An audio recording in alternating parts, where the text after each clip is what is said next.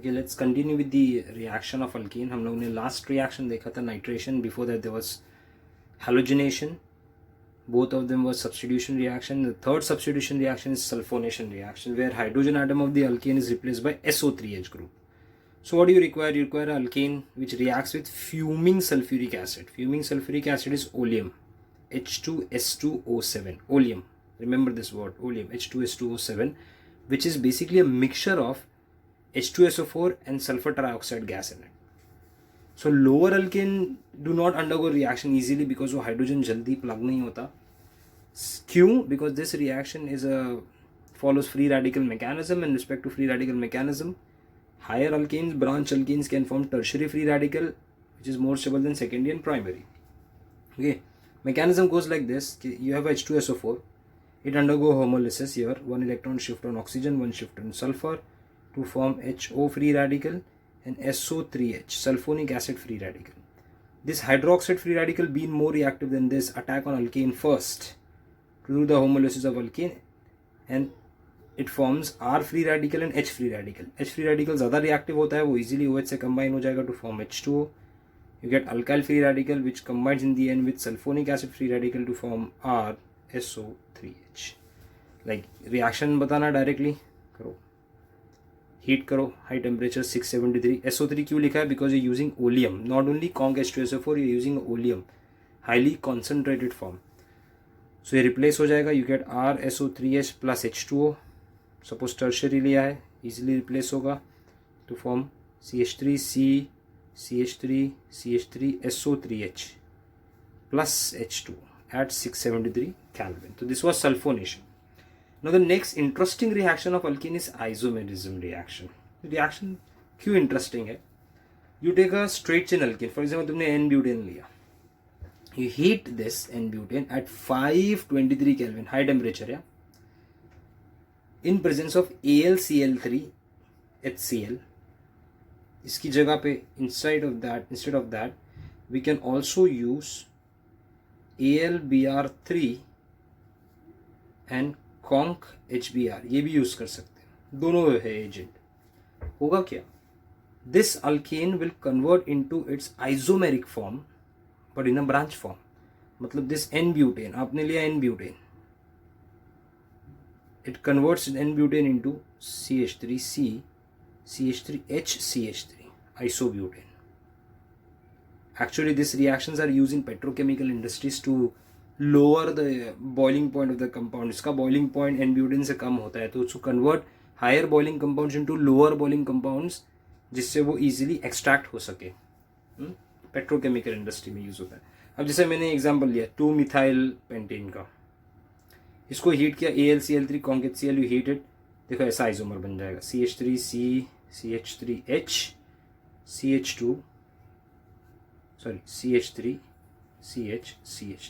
This entire methyl shifts here. तो question ऐसे क्यों हो रहा है? द रीजन इज कि दिस AlCl3 या conc HCl, ArBr3 conc HCl, these are the main reagent which creates a carbocation in a molecule. कैसे? Let's see a mechanism. You will understand this mechanism. Very interesting. अपने books में कहीं नहीं है ये mechanism. See, do it properly कि you understand this mechanism. Suppose अपने N-butane लिया, CH3 CH2 CH2 CH3. Start heating it, because इस कंपाउंड में आपको हीट करना पड़ेगा. So with respect to few books, जैसे हम लोग हाई केमिस्ट्री की बुक्स डिग्री कॉलेज की रिफर करते हैं. So mechanism is propose in such a manner कि when you heat the compound this N-butane, it undergoes dehydrogenation, जिसकी वजह से ये कंपाउंड कन्वर्ट हो जाता है CH3 CH double bond CH CH3, cracking हो जाता है, H बॉन्ड ब्रेक हो जाते हैं, H2 is lost from this system, dehydrogenation हो जाता है. It converts into an alkene first. Okay, some of the compounds converts into alkene.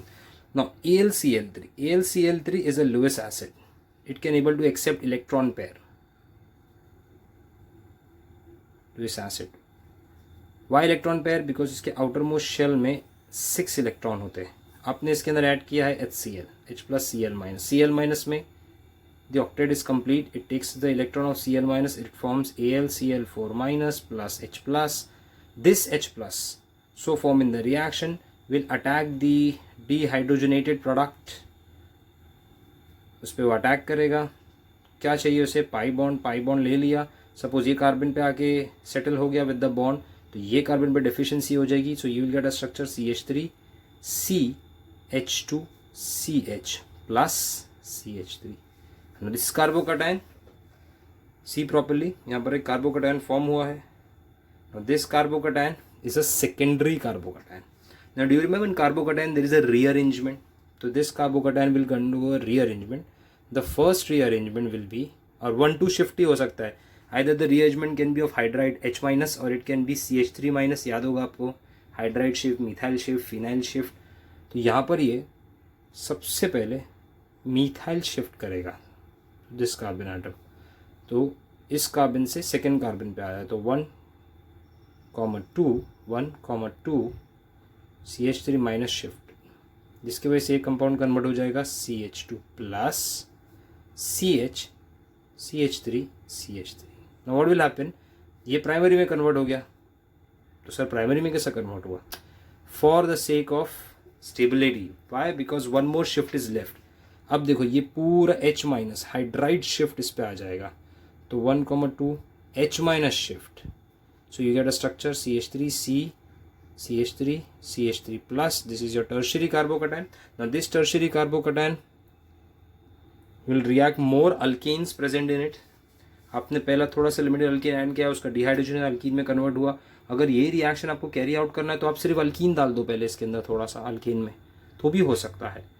मतलब ultimately this mechanism starts with the formation of alkene and then it undergoes formation of carbocation, then you have a shift. तो कोई books में क्या दिया है कि they take little bit amount of alkene, convert the alkene to carbocation, then you add your original alkene. Your original alkene was butane CH3 CHH CH2 CH3. N butane था. N butane का पूरा hydride यहाँ shift हो जाएगा, तो ये compound convert हो जाएगा आइसोब्यूटेन में. CH3 आइसोब्यूटेन में कन्वर्ट हो गया. क्लियर है? और ये जो एन ब्यूटेन आपने लिया था, this get converts into CH3 CH plus CH2 CH3. अब ये चेन रिएक्शन स्टार्ट हो गया. इसका क्या होगा?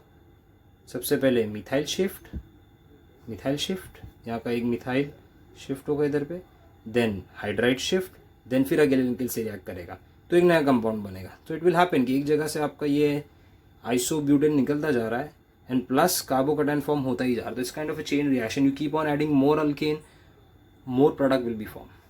Okay, so that was mechanism of isomerization. But आप ये याद रखना, you remember this reagents. Whenever alkenes में AlCl3 HCl और AlBr3 ConKHbr you add, there is a conversion of one isomer to the another. और दूसरा जो isomer बनेगा वो हमेशा branch होगा because there will be a formation of carbocation in that. Now let's move on to the aromatization reaction. In case of aromatization reaction, if you take a alkane having 6 or greater than 6 carbon atom, and when it is heated at 873 Kelvin, 15 atm pressure, in presence of chromic oxide or alumina Al2O3, or you can also take vanadium pentoxide at 500 degrees Celsius, 773 Kelvin, or you can take molybdenum trioxide. और अगर ये reagents लेके आप इसको heat करते हो तो these straight chain molecules they will undergo dehydrogenation, removal of hydrogen. इन दोनों कार्बन से हाइड्रोजन निकलेगा, डबल बॉन्ड आ गया. 2 हाइड्रोजन यहाँ से निकाल दो, 2 हाइड्रोजन यहाँ से निकाल दो, 2 हाइड्रोजन यहाँ से निकाल दो. So you get a structure like this, CH double bond CH, 2 hydrogen यहाँ से निकला, सिंगल बॉन्ड CH, फिर 2 हाइड्रोजन अब यहाँ से निकालो, double bond CH, single bond CH, then again you remove hydrogen from your double bond CH, attach. मतलब ये किस में कन्वर्ट हो गया है? बेंजीन से. Aromatisation due to dehydrogenation,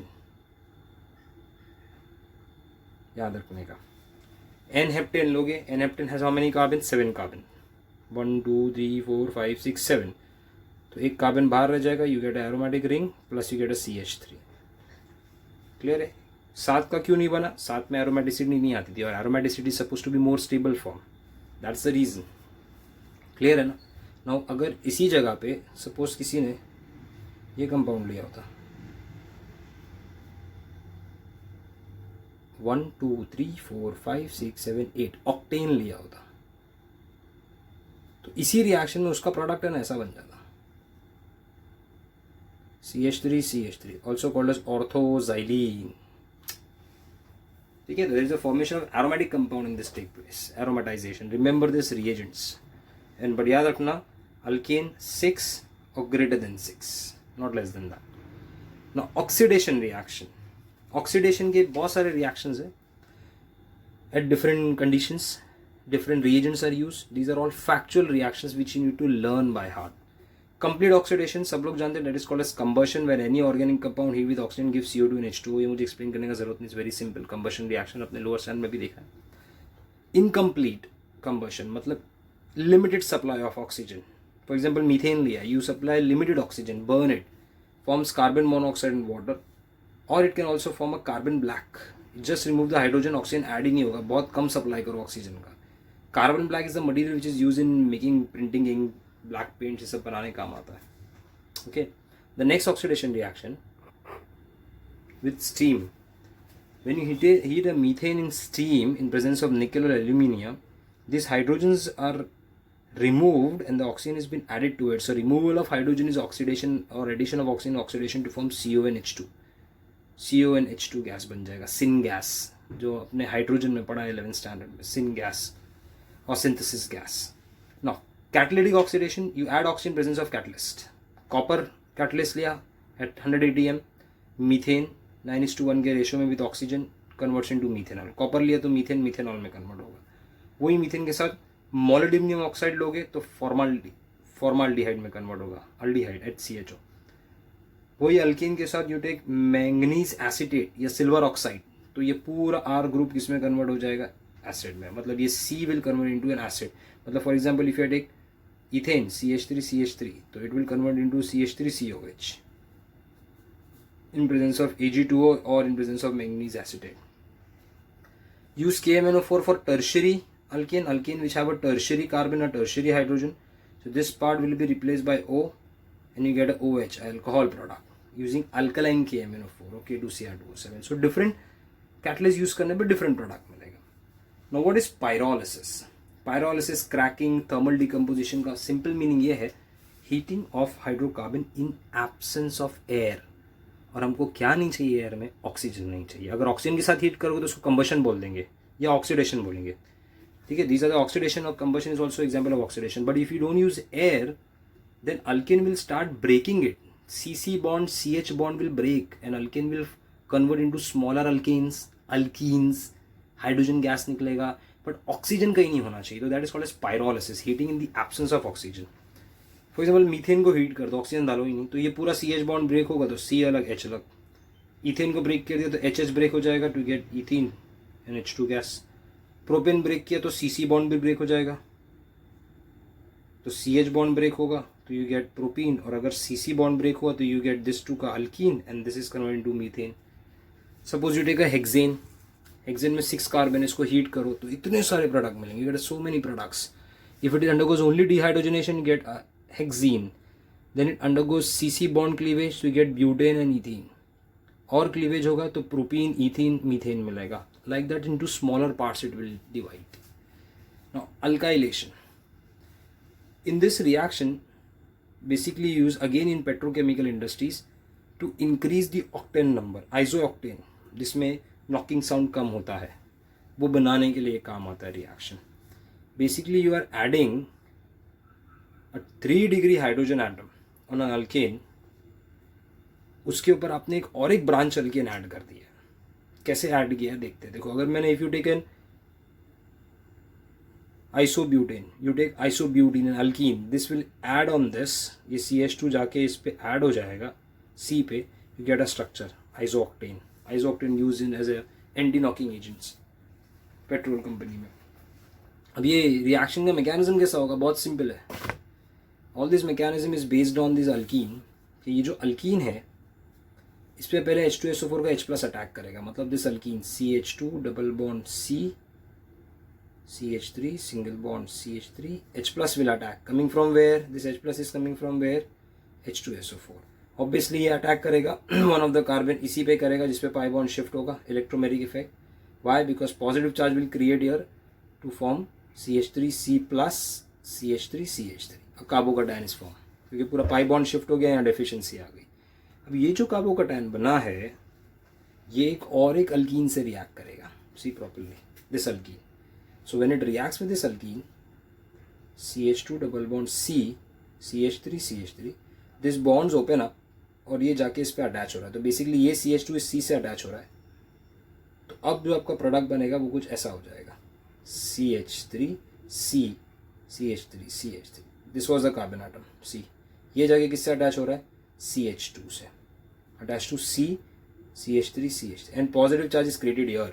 A carbocation is formed. Again a carbocation is formed. Now this carbocation won't react with alkene. Now it will react with alkene. तो alkene का हमारा फॉर्मूला क्या था, CH3C, CH3H, आइसोब्यूटेन. इसका पूरा hydride H minus shift to this carbocation. तो ये compound convert किस में हो गया, CH3C, CH3, CH2, CH, CH3, isooctane बन गया. But this compound get converts into a tertiary carbocation. Now this tertiary carbocation ऐसे फॉर्म में आएगा, फिर जाके कोई एक अल्कीन से रिएक्ट करेगा, वो अल्कीन फिर एक अल्कीन से रिएक्ट करेगा, फिर आइसोक्टेन बनेगा, and one more tertiary carbocation. Then again this tertiary carbocation will go and attack another alkene. So it's a chain reaction setup. कब तक चलेगा, unless and until you stop supplying these chemicals. This chain reaction will go on, you get a lot of isooctane. Okay, so guys, this was the entire chemical reaction. Make note of everything, memorize everything. We'll come back with the next lecture that will be on alkenes, detailed lecture on alkenes. Till then, take care, bye.